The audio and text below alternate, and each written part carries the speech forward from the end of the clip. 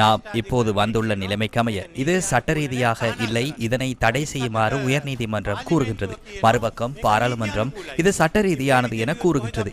இவ்வாறு சென்றால் இது எங்கு சென்று நிறைவடையும்? இது பாரிய பிரச்சனையாக உருவாகலாம். அதனாலேயே இது தொடர்பில் மகாநாயக்க தேரர்களுடன் கலந்துரையாடினேன்.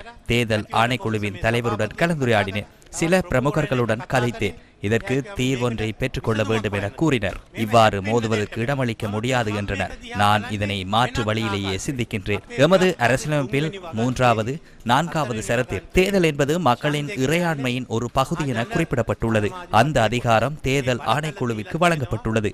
நாட்டில் சுயாதீனமானதும் சுதந்திரதுமான தேர்தலை நடத்துவதற்கான காலப்பகுதி ஜூலை மாதம் 17ஆம் தேதி ஆரம்பிக்கப்பட்டது. ஆகவே ஜூலை 17ஆம் தேதிக்கு பின்னர் சுயாதீனமானதும் சுதந்திரமானதுமான தேர்தலை எவ்வாறு நடத்துவது என்பதே எமது முக்கிய கடமையாகும். அதற்காக தேர்தல் ஆணைக்குழுவிற்கு முழுமையான ஆதரவினை வழங்க வேண்டும். உதாரணத்திற்கு இவர் தேர்தல் ஆணைக்குழுவிற்கு சென்று எனது படத்தை இங்கே போட முடியுமா என கேட்டார். அதனை எடுக்குமாறு கூறினர்.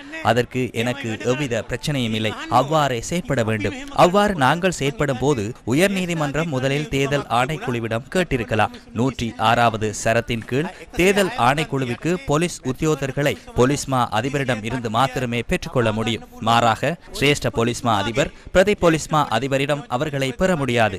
அப்படி என்றால் போலீஸ்மா அதிபர் இல்லாவிட்டால் எவ்வாறு கேட்பது? இவ்வாறு போலீஸ் உத்தியோகர்கள் தேவை என கேட்க வேண்டும்.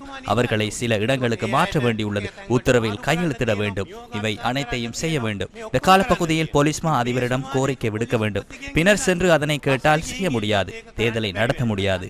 அதனால் அதுவே முக்கியம். தேர்தல் ஆணைக்குழுவிடம் உயர் நீதிமன்றம் உத்தரவினை வழங்குவதற்கு முன்னர் இது தொடர்பில் கேட்டிருந்திருக்கலாம். இந்த விடயம் தொடர்பில் தேர்தல் ஆணைக்குழுவிடம் கேட்பதற்கு பாராளுமன்றத்திற்கு பொறுப்பிருந்தது. இது சரியான முறையில் இடம்பெறாமையாலேயே பாரிய பிரச்சனை ஏற்பட்டுள்ளது. இந்த தேர்தலை பிற்போடுவதற்கு எனக்கு விருப்பமில்லை. அதனாலேயே நான் இது தொடர்பில் கலந்துரையாடினேன். எனக்கு தெரிந்த வகையில் சில சிவில் அமைப்புகள் நீதிமன்றம் செல்கின்றனரா? மேலும் இதனை பிரச்சனையாக்கிக் கொள்ள வேண்டாம். இப்போது நீதிமன்றம் சென்று இந்த பிரச்சனை பெரிதாகிவிட்டதல்லவா? அவ்வாறு செய்வதனை நாம் நிறுத்துவோம். பாராளுமன்றத்துடன் நிறுத்துவோம். உயர் நீதிமன்றத்துடன் அதனை நிறுத்துவோம். இங்கு கன்னிவெடி உள்ளது. இதனை வெடிக்க வைக்க போகின்றீர்களா அல்லது வயரை கலட்டி செயலிழக்க வைக்க போகின்றீர்களா? அதுவே எங்களுக்கு எடுக்க வேண்டிய தீர்மானம். இது வெடிப்பதற்கு இடம் வழங்க முடியாது. ஆகவே இதனை செயலிழக்க செய்யும் நோக்கில் நாம் துண்டு துண்டாக எடுத்துக்கொள்வோம். பாராளுமன்றமும் உயர் நீதிமன்றமும் இரண்டும் செயற்பட வேண்டும். சபாநாயகரும் பிரதம நீதியரசரும் இணைந்து இதற்கு தீர்வொன்றினை பெற்றுக் கொள்ள வேண்டும். நாம் இதனை உருவாக்கவில்லை அல்லவா? நான் இன்று காலை சபாநாயகருடன் கதைத்தேன். அவர் இது தொடர்பில் சட்டமா அதிபருக்கு கடிதம் ஒன்றை அனுப்பியுள்ளேன். ஆகவே நான் பிரதம நீதியரசுடன் கலந்துரையாடுவதற்கு தயார் என கூறினார். அதனால் சபாநாயகருடன் கலந்துரையாடுமாறு பிரதம நீதியரசருக்கும் கூறுகின்றேன். இந்த வாரத்திற்குள் இது தொடர்பில் தீர்வினை பெற்றுக் கொள்ள வேண்டும். மற்றொரு பிரச்சனை உள்ளது. அரசியலமைப்பின் 4வது சரத்தின் கீழ் நாட்டின் பாதுகாப்புக்கான பொறுப்பு ஜனாதிபதிக்குள்ளது.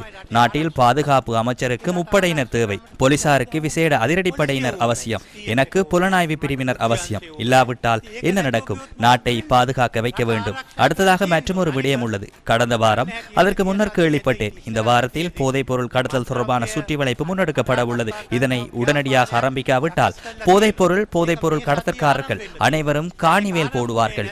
அதுவும் பிரச்சனையான விடயம். அதனால் சபாநாயகரிடமும் பிரதம நீதியரசரிடமும் கலந்துரையாடி தொடர்பில் தீர்வினை பெற்றுக் கொள்ளுமாறு கோருவோம். எப்படியாவது தீர்வு காண்போம். நான் ஒன்றை மாத்திரம் கூறுகின்றேன். செப்டம்பர் 21ஆம் தேதியாகும் போது தேர்தல் ஆணைக்குழுவிற்கு தேர்தலை நடாத்தக்கூடிய வகையில் நான் செயற்படுவேன் என கூறி நிறைவு செய்கின்றேன்.